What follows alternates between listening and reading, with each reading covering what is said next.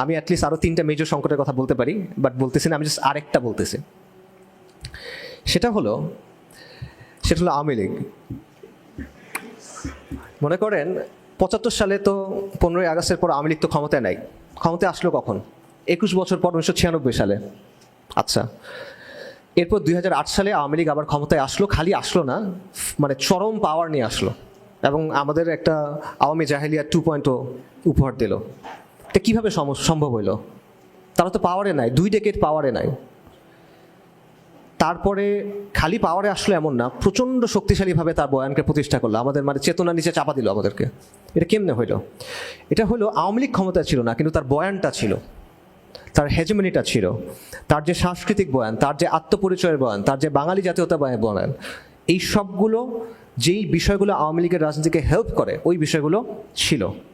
এই কারণে আওয়ামী লীগ না থাকলেও ঘাতক দালাল নির্মূল কমিটি কিন্তু ছিল, এবং এরকম আরও অনেকে ছিল, ঠিক আছে? এবং এটা এখনও আছে। এই কালচারাল হেজেমনি আপনি নষ্ট করতে পারেন নাই, এটা এখনও, এবং এটা যতদিন থাকবে এটা বারবার আওয়ামী লীগকে ফিরে আনবে। আওয়ামী লীগ নাম না নিয়ে আসতে পারে, অন্য নামে আসতে পারে, হাসিনা নাম না হয়ে আসতে পারে, অন্য নামে আসতে পারে, কিন্তু এটা বারবার ফিরে আনবে ওই পলিটিক্সটাকে। কেন? কারণ তাদের আর কোনো পলিটিক্যাল এজেন্সি নাই। দুইটার মধ্যে সম্পর্কটা হলো সিম্বায়োটিক সম্পর্ক, একটা একটার উপর নির্ভরশীল। আওয়ামী লীগ আসলে ওটা আসবে, ওটা থাকলে আওয়ামী লীগ ফেরত আসবে, অন্য নামে আসতে পারে, আবারও বলতেছি। এবং আমরা কিন্তু সেম ভুলটা করতেছি। আমরা কিন্তু এই হেজেমনিটা নষ্ট করি নাই। জুলাই আন্দোলনের সময় এটা নষ্ট হয়ে গেছিল, যখন বলছিল যে তুমি কে আমি কে, রাজাকার, পা চাটলে সঙ্গী, না চাটলে জঙ্গি, রাইট? এই কথাগুলো যখন বলা হয়েছিল তখন আপনি ন্যারেটিভটা আসলে রিজেক্ট করতেছিল। বাট এখন দেখেন ওই ন্যারেটিভ কিন্তু আবার ওই কারণ বাজারে গিয়ে উঠছে, ঠিক আছে না? যারা আমি হেজেমনির মূল ইন্টেলেকচুয়াল স্তম্ভটম্ব যারা আছে, তাদেরকে অ্যাপিস করার জন্য এই পুরো জিনিসটা তাদের হাতে এখন আবার উঠা দেওয়া হচ্ছে। সো এইভাবে যদি চলতে থাকে, তাহলে আলটিমেটলি এন্ড গেমটা কি? এতগুলো ক্রাইসিসের একটা বিষয় ক্লিয়ার করি। আমি কিন্তু বলতেছি না যে 5 থেকে 7 বছরের পর বিশাল একটা ক্রাইসিস হবে। আমি বলতেছি না যে 5 থেকে 7 বছর পর ইন্ডিয়া ফর এক্সাম্পল বাংলাদেশ আক্রমণ করবে। আমি এটা মনে করি না, লাইকলি মনে করি না। আমি আপনাদের আরও বড় টাইম লাইনের কথা চিন্তা করতে বলতেছি। অ্যাটলিস্ট 20 বছর, 30 বছর, 50 বছরের কথা চিন্তা করেন। তারপর কি হবে সেটা চিন্তা করেন, ঠিক আছে? আমাদের একটা টেন্ডেন্সি আছে যে আমরা অ্যাপোক্যালিপটিক কথাবার্তা শুনতে পছন্দ করি। শরিয়ার জায়গা থেকে ধরেন, আমি যদি বলি শরিয়ার জায়গা থেকে আমাদের দায়িত্ব এটা ফরদ, এটা ওয়াজিব, এগুলো আমাদের কাছে তেমন একটা ভালো লাগে না। কিন্তু আপনি যদি বলেন আল মাহদি, আদ দাজ্জাল, আল মালহামা, তখন আমাদের অনেক জোশ হয়, রাইট? এটা একটা সমস্যা এই জন্য যে আমরা সিয়াসা শরিয়ার জায়গা থেকে চিন্তা করি না, আমরা বাস্তবতার জায়গা থেকে চিন্তা করি না, আমরা শুধুমাত্র এই জজবার জায়গা থেকে চিন্তা করি। জজবা ইটসেলফ ইজ নট ব্যাড, এটা খুবই দরকারি জিনিস, কিন্তু শুধুমাত্র এটা থাকলে সমস্যা। সো আপনি শুধু গাজওয়ায়ে হিন্দের কথা চিন্তা করবেন, বা এটা থেকে আরেক ধাপ আগায় গিয়ে শাহ নিয়ামতুল্লাহর কাসিদার জায়গা থেকে চিন্তা করবেন, আমি মনে করি এটা খুবই কাউন্টার প্রোডাক্টিভ। সো বাস্তবতার আলোকে চিন্তা করতে হবে, শরিয়ার আলোকে চিন্তা করতে হবে, আবেগ কমায় মানে বিবেক দিয়ে একটু চিন্তা ভাবনা করতে হবে, ঠিক আছে? সো এই জন্য আমি যেটা বলতেছি, এটা ইমিডিয়েট কোনো ইস্যু না, বা এভাবে বলা বেটার যে এই সমস্যাটা ইমিডিয়েটলি আপনি সামনে দেখবেন না, আগামী 5-7 বছরের মধ্যে আপনার সমাজ জীবন ধ্বংস হয়ে যাবে, এরকম কিছু আমি বলতেছি না। আমি আপনাকে অ্যালার্ম হতে বলতেছি না এই অর্থে। বাট আমি বলতেছি, যতদিনই আপনি এটা একদম চোখের সামনে সমস্যা দেখবেন, ততদিনই আপনার করার কিছু থাকবে না। এটা হলো সমস্যাটা। এটা একটা লং টার্ম প্রবলেম, কিন্তু যখন এটা আপনার সামনে একদম নগ্নভাবে আসবে, ততদিন আপনি আর কিছু করার পারবেন না। এটা হলো সমস্যা। এবং আপনার চিন্তা করতে হবে যে আজ থেকে 2-3-4 দশক পর এই ভূখণ্ডের চেহারাটা কেমন হবে, এই অঞ্চলটার চেহারাটা কেমন হবে, আপনার পরিবারকে, আপনার সন্তানদেরকে আপনি কোন জায়গায় রেখে যাবেন, এই জিনিসটা নিয়ে আমাদের চিন্তা করতে হবে। এবং আমরা চিন্তা করতে হবে যে এই সংকটের মোকাবেলা আমরা কিভাবে করব। এই ঝড়ের মোকাবেলা করে আপনি টিকে থাকবেন কিভাবে, কিসের উপর দাঁড়ায় থাকবেন আপনি, আপনার ভিত্তি কি হবে, কোন জিনিসটাকে আঁকড়ে আপনি টিকে থাকবেন, এটা কি হবে। মনে করেন মাওলানা আব্দুর রহিমের একটা বক্তব্য আছে, বাংলাদেশের মুসলমানরা মাজলুম এবং মাহরুম।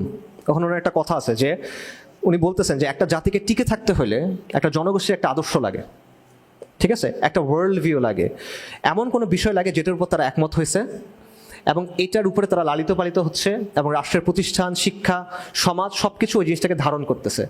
আমাদের জন্য সেটা কি হবে, এবং ওটা এমন কিছু হইতে হবে যেটা দিয়ে আপনি এই থ্রেটগুলো মোকাবেলা করতে পারবেন। তা না হলে তো হবে না, আপনি টিকতে পারবেন না।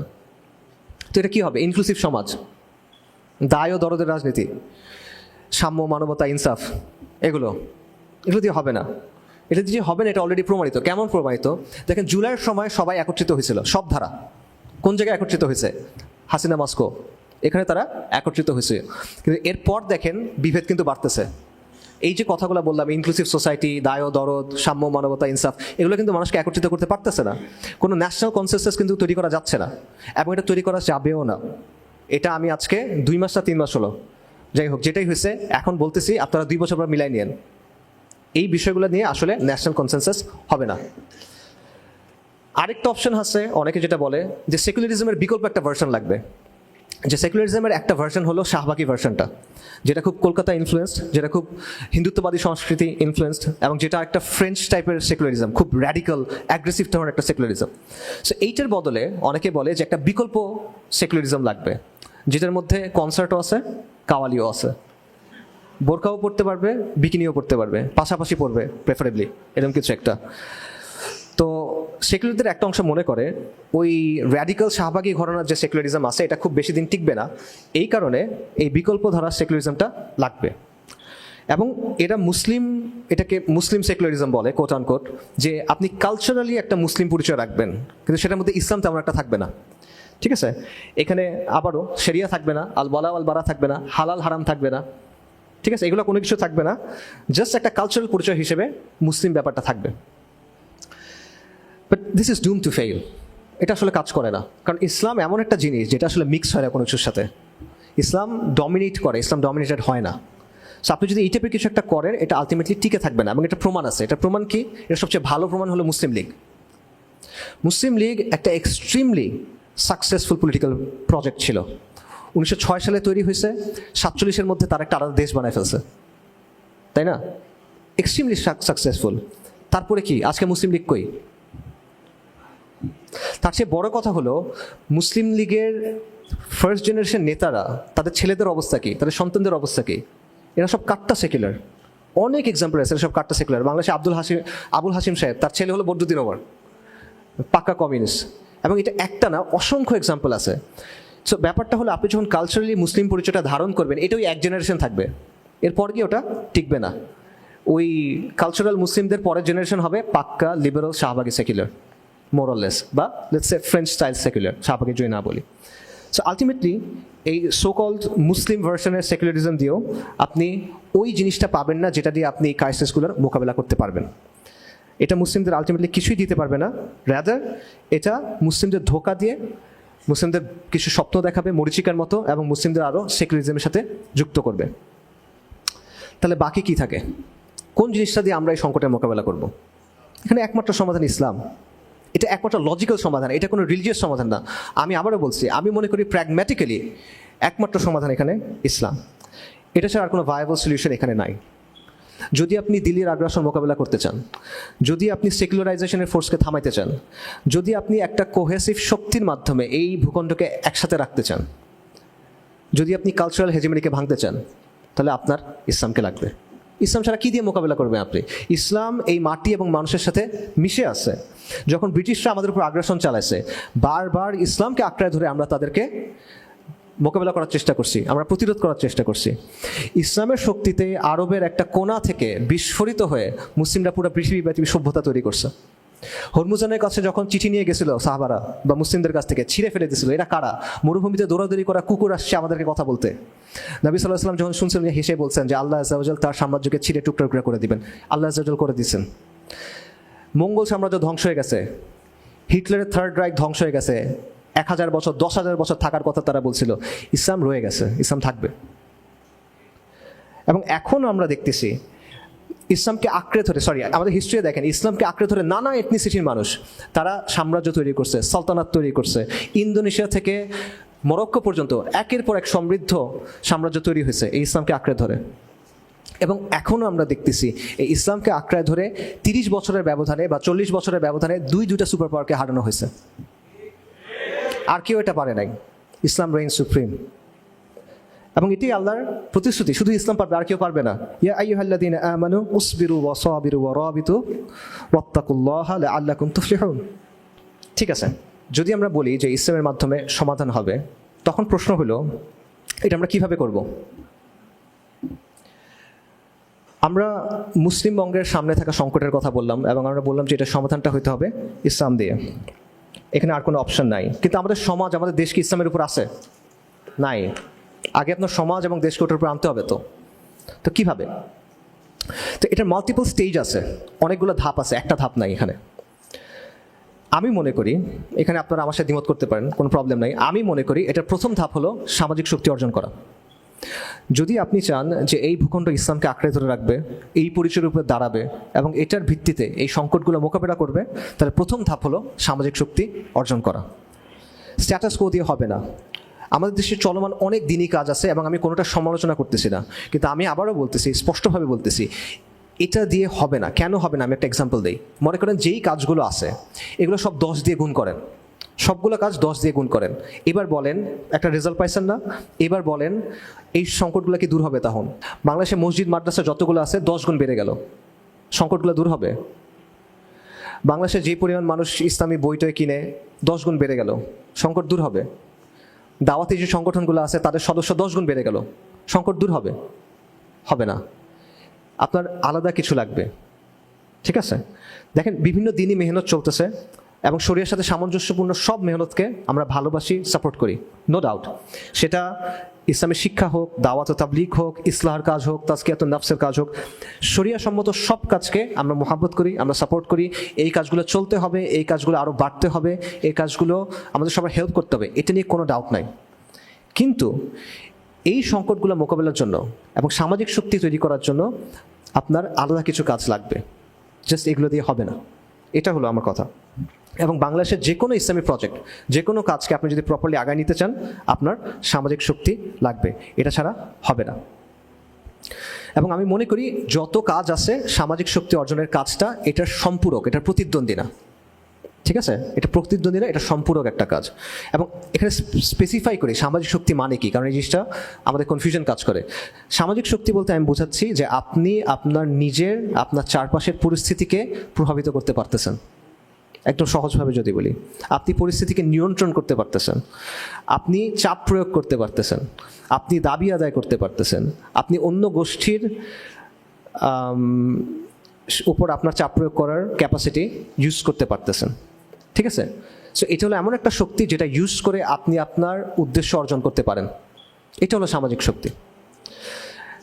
সো অনেকে এখানে রাজনীতির কথা বলবেন, এবং রাজনীতি বলতে আমরা মূলত গতানুগতিক রাজনীতির কথা বুঝি, ডেমোক্রেটিক রাজনীতির কথা বুঝি।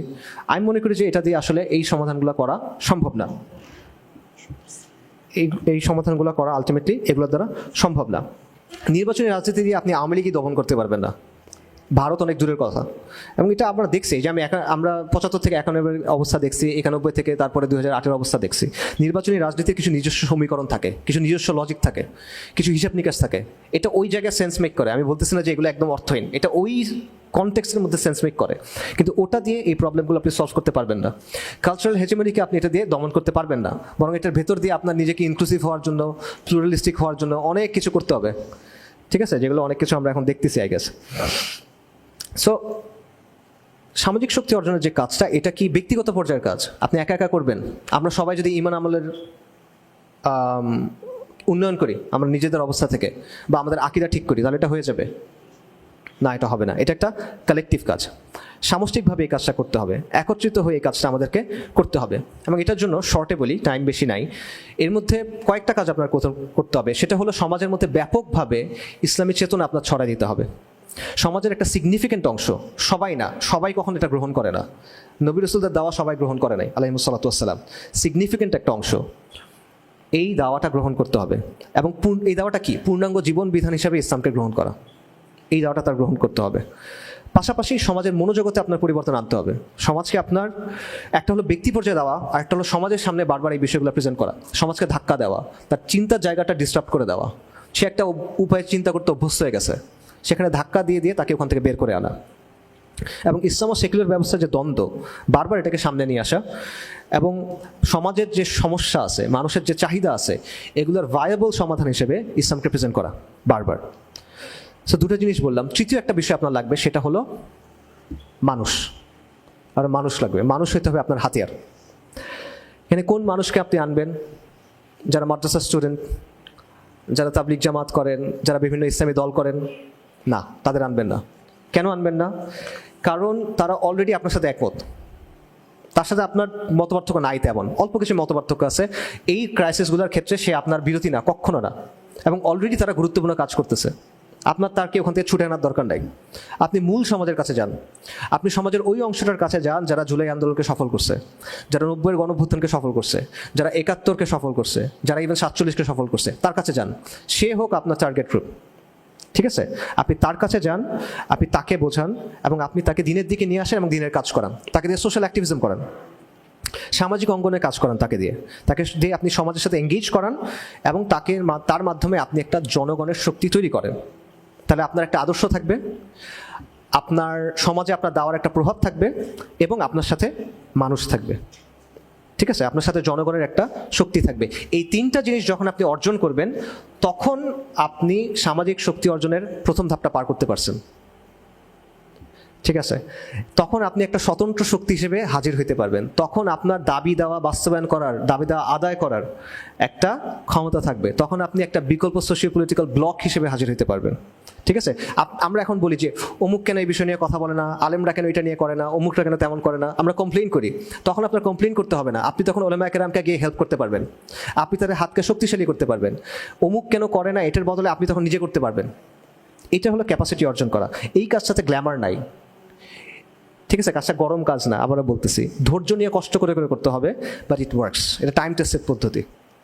There is nothing new under the sun. মানে সমাজে, রাজনীতির ইতিহাসে আসলে মানে খুব নতুন কোনো কিছু আসলে নাই। যা আগে কাজ করছে তা পরেও কাজ করবে, আপনার জাস্ট চেঞ্জিং কন্ডিশনের সাথে সেটা অ্যাডাপ্ট করতে হবে। সো যখন সামাজিক শক্তি হবে, তখন এই চ্যালেঞ্জগুলো মোকাবেলা করার প্রথম ধাপে আপনি গেছেন। এখন আপনি আসলে খেলোয়াড় না দর্শক। আপনার কথার কোনো মূল্য নেই। আপনি সারাদিন এটা নিয়ে চিন্তা করতে পারেন, চিন্তা করতে করতে বিছানায় পড়ে যেতে পারেন, কোনো লাভ নাই। কিন্তু যখন আপনি এই বিষয়গুলো অর্জন করবেন, তখন আপনি একটা শক্তি হয়ে উঠবেন, তখন আপনি একটা খেলোয়াড় হয়ে উঠবেন। বাট এটা ফার্স্ট স্টেজ, এরপর আরও স্টেজ আছে, তো সেই স্টেজের আলোচনা করার সুযোগ নাই, সময় কম। আমি জাস্ট শেষ করি। সেটা হলো শেখ উমর মাহমুদ উসমান হাফিজাহুল্লাহ, ওনার একটা কথা আছে। সেটা হলো, আমরা যখন ক্রুসেডের ইতিহাস পড়ি, আমরা অল্প কয়েকজন মানুষের ইতিহাস পড়ি, নুরুদ্দিন জিঙ্গি, সালাহুদ্দিন আইয়ুবী, শেরকু রাহিমাহুল্লাহ, তাদের কথা আমরা পড়ি, রাইট? এবং এটা পড়তে গিয়ে আমাদের ধারণা হয় যে ক্রুসেড যুদ্ধটা মনে হয় খুব সেন্ট্রালাইজভাবে হয়েছিল। বদরের যুদ্ধ যেরকম হয়েছিল, রাসূলুল্লাহ সাল্লাল্লাহু আলাইহি ওয়াসাল্লাম নেতৃত্ব দিয়েছেন, একটা দল এখানে একটা দল এখানে, এইভাবে মনে হয় যুদ্ধ হয়েছে। বাট ব্যাপারটা কিন্তু আসলে এরকম না। এই যুদ্ধটা লম্বা সময় ধরে চলছে এবং এর বেশিরভাগ সময় আসলে সমন্বিতভাবে, সেন্ট্রালাইজভাবে এই ব্যাপারটা হয় নাই, ঠিক আছে? বেশিরভাগ সময় যেটা হয়েছে, মুসলিমরা ছোট ছোট দল উপদলে ভাগ হয়ে লড়াই করছে, ঠিক আছে? হয়তো এমন হয়েছে যে মনে করেন কোথাও একটা নগর রাষ্ট্র আছে বা একটা দুর্গ আছে, সেই দুর্গে যারা মুসলিমরা আছে বা ওখানকার যারা মুসলিম, তারা একজনকে নেতা বানায় ক্রুসেডারদের বিরুদ্ধে জিহাদ করছে। অথবা কোনো গ্রামের লোকজন, তারা একজন আলেমকে নেতা বানায় ক্রুসেডারদের বিরুদ্ধে জিহাদ করছে। অথবা ছাত্ররা তাদের শিক্ষককে নেতা বানায় ক্রুসেডারদের বিরুদ্ধে যুদ্ধ করছে। এবং এটা ঐতিহাসিকভাবে প্রমাণিত। একজন ক্রুসেডের সময়ের যোদ্ধা, কবি, আলেম ছিলেন উসামা ইবনু মুন্দিক, 1188 খ্রিস্টাব্দে মারা গেছেন। ওনার একটা বই আছে আল এতেবার। ওনারা ছিলেন সিরিয়াস শাইজার নামে একটা জায়গা আছে, ওই জায়গার শাসক ছিলেন ওনারা, ছোট একটা জায়গার, মানে অনেক বড় এমন না। তো ওনাদের ওই বইতে এই হিস্ট্রি ওরকম অনেক আছে যেগুলো শায়েখ আলোচনা করছেন। সো আমার পয়েন্টটা কি? আমার পয়েন্টটা হলো, ক্রুসেড যুদ্ধে যে বিজয়টা, এটা একটা লড়াইয়ের মাধ্যমে হয় না, এটা ছোট ছোট অনেকগুলো লড়াইয়ে জেতার মাধ্যমে আসছে। বড় বিজয়গুলো আসছে ছোট ছোট অনেকগুলো লড়াইয়ে জেতার মাধ্যমে।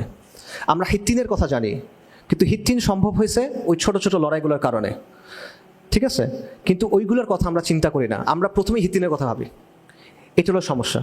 সো এখানে কি নুরুদ্দিনের কোনো ভূমিকা নাই, সালাহুদ্দিনের কোনো ভূমিকা নাই? অবশ্যই আছে, অবশ্যই তাদের ভূমিকা আছে। তাদের ভূমিকা হলো ওই ছোট ছোট দলগুলোকে একত্রিত করা, সমন্বিত করা, বড় একটা শক্তিতে পরিণত করা এবং চূড়ান্ত লড়াইয়ে যাওয়া। কিন্তু প্রথমে চূড়ান্ত লড়াই আসে না। চূড়ান্ত লড়াই মানেই চূড়ান্ত, এটা একদম লাস্ট পর্যায়ে গিয়ে আসে। তারা এটা কখন করতে পারছেন? যখন অলরেডি ওই ছোট ছোট দল উপদলগুলো তৈরি হয়ে গেছে, যখন তারা দাঁড়ানোর মতো জায়গা করে নিছে, যখন কোমরটা শক্ত হয়েছে, তখন তারা এগুলোকে সমন্বিত করে একটা বড় শক্তিতে পরিণত করতে পারছেন, ঠিক আছে? সো যখন আপনি জমিনে দাঁড়ানোর জায়গাটা করবেন, আপনার কোমরটা যখন শক্ত হবে, তখন নুরুদ্দিনের জন্য মঞ্চ প্রস্তুত হবে, তখন সালাহুদ্দিনের জন্য মঞ্চ প্রস্তুত হবে, তার আগে হবে না। আপনি যদি প্রথমেই তার কাছে যাইতে চান, আপনি যদি প্রথমেই মনে করেন যে আজকে নুরুদ্দিন চলে আসবে, সালাহুদ্দিন চলে আসবে, এটা আসলে হবে না, এটা আনরিয়েলিস্টিক, এটা কাজ করে না। সো আমি আপনাদের বলবো যে আপনারা জজবা রাখেন, অবশ্যই রাখেন, কিন্তু বাস্তবসম্মতভাবে চিন্তা করেন। বুকের ভিতরে আগুন রাখেন, কিন্তু সেই আগুনটা নার্চার করেন, এটার জন্য দীর্ঘদিন জ্বলে। এটার জন্য এমন না হয় যেটা দাও দাও করে জ্বলবে তারপর নিভে যাবে, না, এটা বুকের মধ্যে ক্যারি করেন, সযত্নে ক্যারি করেন, এবং এটা দিয়ে আরেকজনের মধ্যে আলো জাগান, এটা দিয়ে আরেকজনের মধ্যে আগুন জ্বালান, এটা করেন।